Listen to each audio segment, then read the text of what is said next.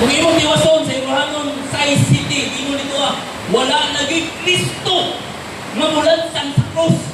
Gawas lang sa ilang pare-pare nila. Kanang nagpalansan ba?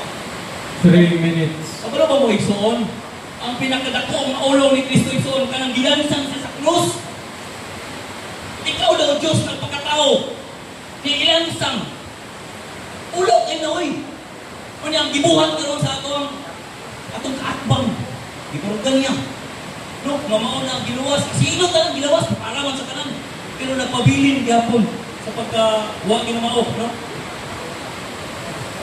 Okay, ingon diri igsoon sa Marcos City, ingon diri ang tanan ng institusyon bisan sa simbahan dili makalahutay kung walay mga tradisyon o mga customary apan bisan pag maayo ni mga nahimo gihapon sa mga tao sa tao pananglitan ang mga lubina o uban pa ang